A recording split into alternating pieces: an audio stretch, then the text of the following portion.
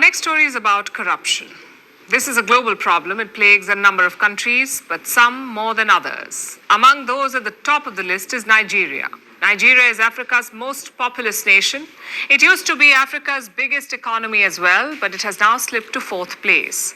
This slide is often linked to President Bola Tinubu, his economic policies and his reputation for corruption.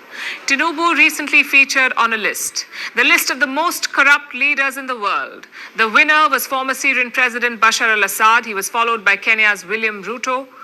But Tinubu made the top 5. Now, I must clarify here that these rankings were sourced from the public. There wasn't a scientific formula involved. It was about public perception, and Tinubu is perceived to be extremely corrupt. So is his government.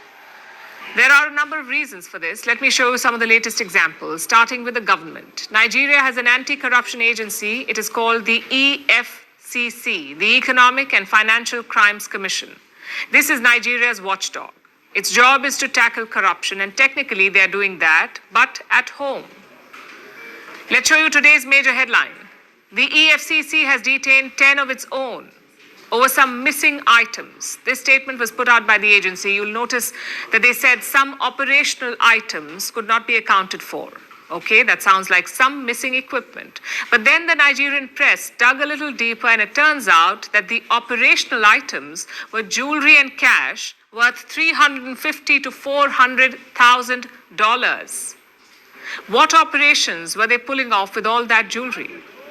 10 EFCC officers were detained in Lagos. They are apparently answering questions. That is all that the commission has revealed. They haven't told the public who the corrupt officers are. I know it's innocent until proven guilty, but the very same commission usually does not follow this. They happily share the names of under trials, but suddenly the agency is shy about revealing the names of its own officers. And this has been quite a bad week for them. They were forced to make another announcement on Monday, telling the people that 27 other officers had been dismissed for fraudulent activities and misconduct. This is not a great look for Nigeria's anti-graft watchdog, and definitely not a good look for the Tinubu government. Bola Tinubu is 72 years old. He's been around for a while. He's a seasoned politician. So as you would expect, he has been linked to a number of scandals over the decades. One of the worst involved drug dealing.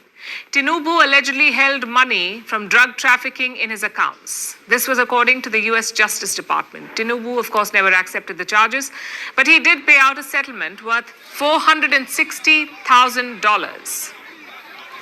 Now, these charges are old. No final verdict was reached. So let's put them aside for now. After all, people can supposedly change. So what has Tinubu been up to recently since he became president? Well, he was caught up in a fake diploma scandal for a while. There were allegedly some errors in his college certificate. Okay, mistakes happen, moving on. Then there was a major scandal involving a highway. Tinubu issued a $13 billion government contract to a company co-owned by his son. Tinubu is quite the caring father, apparently, but alas, most people do not see it that way. That is why he made it to the top 5 in the Corrupt Person of the Year award. The perception is quite prevalent, and reports say that he is quite vexed.